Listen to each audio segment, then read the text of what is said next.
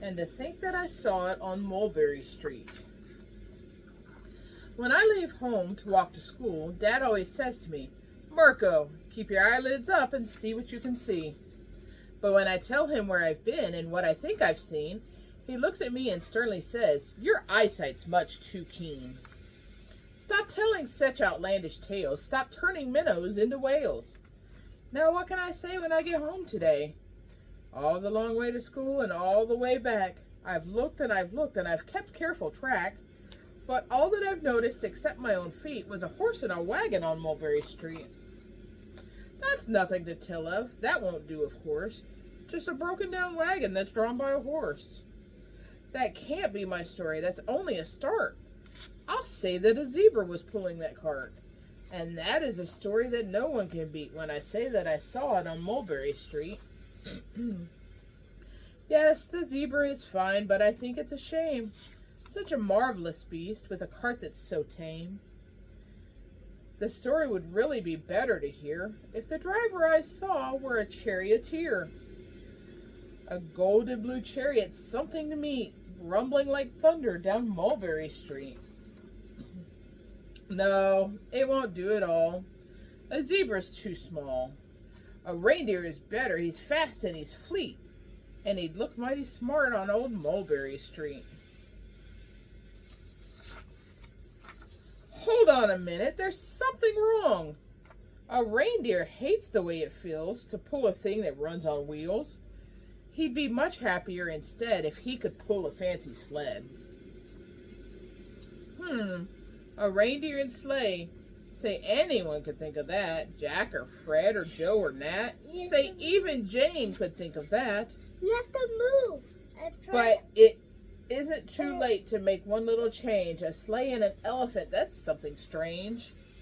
I'll pick one with plenty of power and size. A blue one with plenty of fun in his eyes. And then, just to give him a little more tone, have a Raja with rubies perched high on a throne. Say, that makes a story that no one can beat when I say that I saw it on Mulberry Street. But now I don't know. It still doesn't seem right. An elephant pulling a thing that's so light would whip it around in the air like a kite. But he'd look simply grand with a great big brass band. A band that's so good should have someone to hear it. But it's going so fast that it's hard to keep near it. I'll put on a trailer.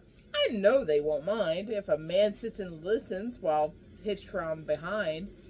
But now is it fair? Is it fair what I've done? I'll bet those wagons may weigh more than a ton.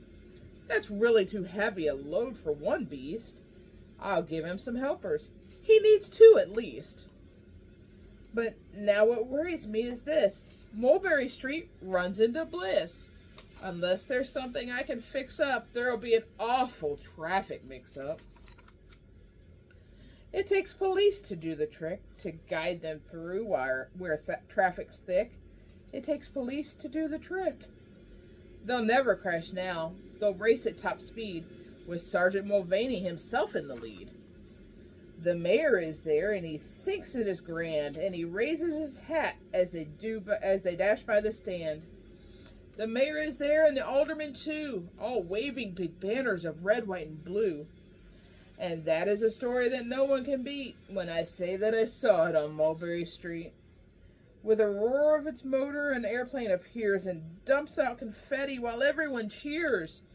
And that makes a story that's really not bad.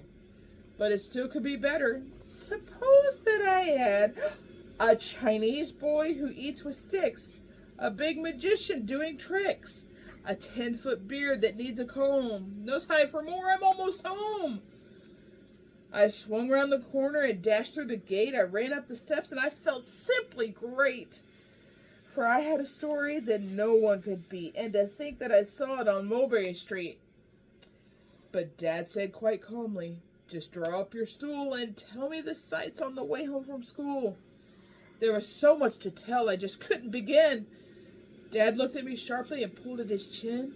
He frowned at me sternly from there in his seat.